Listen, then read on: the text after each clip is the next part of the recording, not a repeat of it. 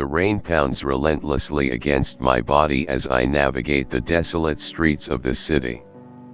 Its name, once imbued with significance, now feels hollow and devoid of meaning.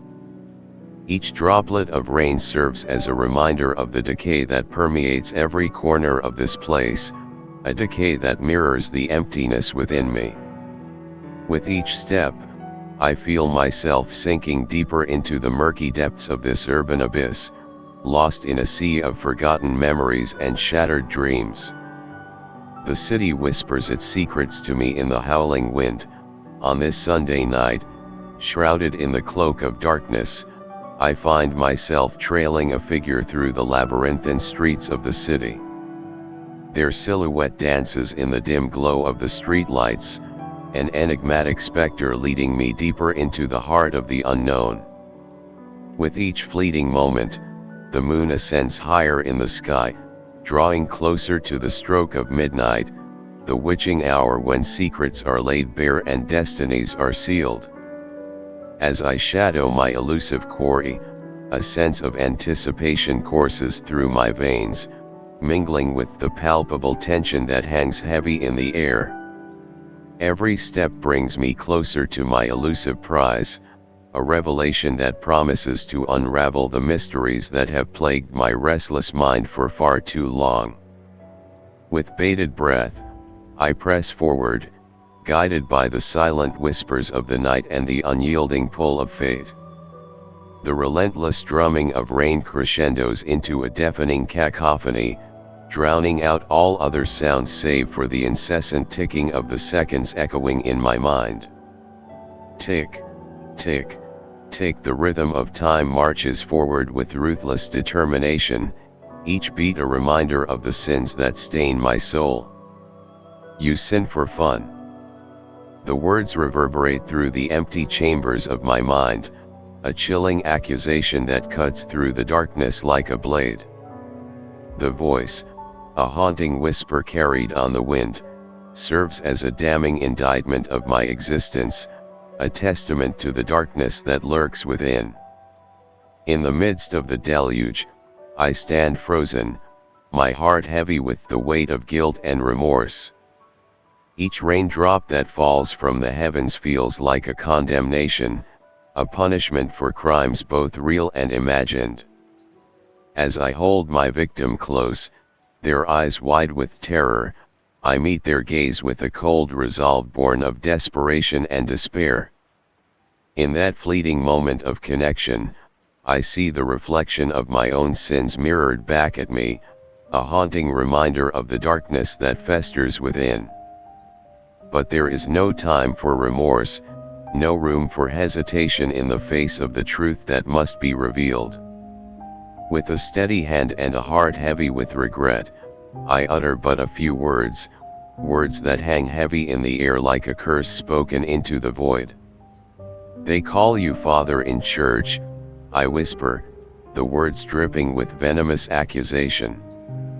Your daughter as well calls you Father. Another man's kids should never call you Father. And with that damning declaration hanging in the air like a shroud, I drive my blade into flesh and bone, the metallic tang of blood mingling with the rain-soaked air. Each thrust of the knife is a symphony of pain and suffering, a macabre dance of death that plays out against the backdrop of the city's relentless decay. You sin for fun, I repeat, the words a mantra of condemnation that echoes in the recesses of my mind. And as the life drains from my victim's eyes, I am consumed by a sense of hollow victory, as I gaze down at the blood-stained blade clutched tightly in my hand. A sense of calm washes over me, mingling with the adrenaline that still courses through my veins. The rain continues to fall in a steady rhythm, a soothing backdrop to the chaos that has unfolded in the depths of this forsaken city. My eyes flicker to my wrist, where the watch reads 1 past midnight, signaling the dawn of a new day. A wry smile tugs at the corners of my lips as I realize the significance of the hour. I shall never spill blood on the Lord's day, I murmur to myself, the words a solemn vow etched into the fabric of my being. Lucky me, it's officially Monday. With that simple declaration, a weight lifts from my shoulders, and for the first time in forever, I feel a glimmer of happiness flicker within the depths of my soul. The darkness that has consumed me for so long begins to recede, replaced by a sense of newfound purpose and clarity. The fleeting happiness I once thought would endure crumbles like ancient ruins under the relentless assault of reality. Day in and day out, the newspapers scream tales of horror and depravity, each headline a dagger to the heart, a reminder of the darkness that lurks just beyond the facade of civility. Assault case here, rapist there, kidnappers galore, the sins of humanity laid bare for all to see. They sin for fun, I mutter to myself, the words a bitter refrain that echoes in the recesses of my mind. But as I sift through the endless parade of atrocities, a newfound sense of purpose begins to take root within me. They may come in different forms, these sinners who walk among us, but they all bleed the same, they are all bleeders. With a sense of grim determination, I vow to make the sinners bleed, to mete out justice where none exists, and to become the instrument of retribution in a world gone mad. Each drop of blood spilled in the name of righteousness is a testament to the darkness that dwells within us all, a reminder that even the most virtuous among us are capable of unspeakable cruelty. And so, armed with righteous fury and a blade forged in the fires of vengeance, I set out into the night, a solitary figure in a city gripped by fear and despair. For in a world where sinners roam free and justice is but a distant dream, sometimes the only recourse is to become the very thing you seek to destroy, to become the darkness in order to banish it once and for all. The dimly lit interior of the almost empty pub provides a welcome refuge from the storm raging outside. I stand in the shadows, an unseen observer in a world of flickering neon lights and murmured conversations.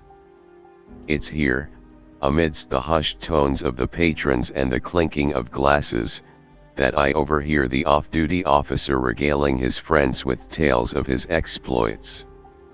As he speaks, a chill runs down my spine, for his words paint a picture of corruption and abuse of power. He speaks of illegal arrests made under the cover of darkness, of lives ruined and families torn apart by the very man sworn to uphold the law. And with each boastful utterance, my resolve hardens, a fire igniting within me that burns with righteous fury. They sin for fun, I whisper to myself, the words a bitter reminder of the depths of depravity to which some are willing to sink in pursuit of their own twisted desires. But this is no mere observation from the sidelines, this is a call to action, a summons to confront the darkness that threatens to consume us all. With a silent vow etched into the fabric of my being, I step out of the shadows and into the light, my presence a harbinger of justice in a world gone mad. The off-duty officer's words falter as he meets my steely gaze, a flicker of recognition dawning in his eyes as he realizes that his sins have not gone unnoticed. And as I confront him, my voice a thunderous roar that reverberates through the pub, in the blink of an eye, before the off-duty officer can even fathom reaching for his sidearm, a primal fury takes hold of me. With lightning speed, I close the distance between us, my hand wrapping around his throat like a vice grip. His eyes widen in terror as he realizes the gravity of his predicament, but it's too late, the die has been cast, and there is no turning back. Reckoning descends upon him in the form of my blade, a merciless instrument of justice that pierces flesh and bone with relentless precision. Each thrust is fueled by the righteous anger that courses through my veins, a symphony of vengeance that echoes in the hallowed halls of the pub. Blood spills like wine upon the altar of retribution, staining the floorboards crimson as the off-duty officer's life ebbs away with each successive blow. His cries for mercy fall upon deaf ears, drowned out by the symphony of screams that reverberate in the depths of my soul. And as his lifeless body slumps to the ground, a sense of catharsis washes over me, mingling with the metallic tang of blood and the acrid scent of death. The darkness that once threatened to consume me has been vanquished, replaced by a newfound sense of purpose and clarity. For in the end, justice has been served, a debt paid in full with blood and steel. I turn my gaze upon his friends, who now stand frozen in fear, their eyes wide with terror. In the dim light of the pub, their faces contort with horror as they realize the fate that awaits them. With a steely resolve born of righteous fury, I unleash a barrage of blades upon them, each strike finding its mark with deadly precision. One by one, they fall, their screams mingling with the cacophony of chaos that fills the air. The metallic tang of blood hangs heavy in the air as their lifeless bodies litter the floor, a grim testament to the price of sin and the cost of redemption. And yet, amidst the carnage, there is a sense of grim satisfaction, a sense that justice, though brutal and unforgiving, has been served. As I slip away into the darkness of alleyways and rooftops, the distant wail of sirens fills the night air, a haunting reminder of the chaos I've left in my wake. With each step, I can feel the weight of my actions pressing down upon me, but there is no remorse, no regret, only a sense of grim satisfaction that justice has been served. In the distance, I can hear the commotion as the police arrive on the scene, their flashing lights casting eerie shadows against the crumbling facades of the city. I watch from the shadows as they pull the lifeless body of the off-duty officer from the pub, their faces twisted in horror at the sight before them. A smile crosses my lips, but it is not one of joy or triumph. It is a smile born of bitter irony, a recognition of the darkness that dwells within us all. For in the end, I am no hero, I am merely a vessel for the wrath of the righteous, a shadowy figure in a world gripped by fear and despair. As the days pass and whispers of the local banker's ill-gotten gains fill the air, a simmering rage builds within me like a tempest on the horizon. Each mention of his amassed wealth, each boastful proclamation of his prosperity, serves as a reminder of the injustices that plague the city, the injustices that I am sworn to rectify. With each passing moment, my patience wears thin, stretched to its limits by the weight of the sins that go unpunished. The banker's words echo in my mind like a discordant symphony, a relentless cacophony that drives me ever closer to the edge of sanity. I stalk the streets outside the local bank, shrouded in the cloak of darkness. I can feel the tension in the air thickening with each passing moment. Tick, tick, tick, the relentless march of time seems to slow to a crawl as I wait with bated breath for my moment to strike. And then, like a shadow emerging from the depths of night, he appears, the local banker, his silhouette illuminated by the flickering glow of the streetlights. My heart quickens with anticipation as I watch him step outside, oblivious to the fate that awaits him in the darkness. With a sense of purpose burning within me like a blazing inferno, I move swiftly and silently, closing the distance between us with calculated precision. He walks with an air of arrogance, his mind no doubt preoccupied with thoughts of wealth and power, unaware of the predator lurking in the shadows. And then, as he passes beneath a flickering street lamp, I step out from the darkness, my presence a harbinger of doom in the dead of night. His eyes widen in terror as he realizes the gravity of his situation, but it is too late. The die has been cast, and there is no turning back. With a swift and decisive motion, I seize him by the throat, my grip like a vice around his neck. His protests are silenced by the cold steel of my blade pressed against his flesh, a silent reminder of the price of his sins. The blood of my victim drips down, staining the pavement beneath us. A chilling realization washes over me like a cold wave crashing against the shore. Across the lamplight, illuminated by the flickering glow, stands another figure, a man whose face I recognize from the pages of the local paper. The city judge. In that moment, our eyes meet, and a silent understanding passes between us. He knows that his time has come, that the sins of his past have caught up with him, just as they did with the banker lying at my feet. And I know that justice, though blind, has a way of finding its mark, no matter how powerful the perpetrator may be. With a sense of grim resolve, I release my grip on my victim and take a step forward, closing the distance between myself and the judge. He stands frozen in fear, his eyes wide with terror, but there is no escape, not for him, not for any of them. "You're next," I whisper, the words hanging heavy in the air like a death knell tolling in the night. And as I move to confront him, as the city judge's footsteps echo through the deserted streets, a sense of urgency propels me forward, my brisk walk matching the pace of his desperate flight. With each passing moment, the gap between us narrows, until it feels as though I am but a breath away from him, a silent specter haunting his every move. He runs with wild abandon, his breath coming in ragged gasps, his heart pounding in his chest like a drum beat of terror.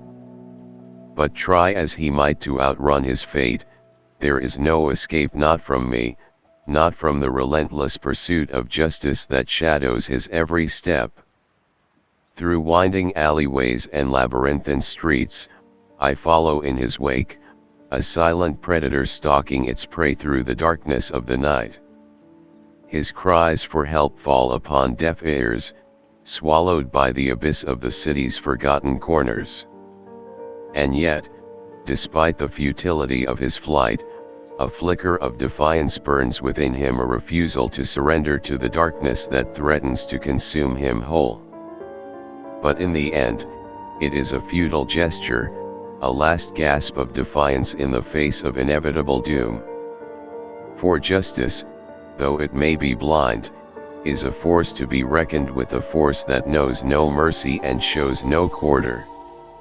And as I close in on the city judge, my resolve hardens, a silent thou etched into the fabric of my being.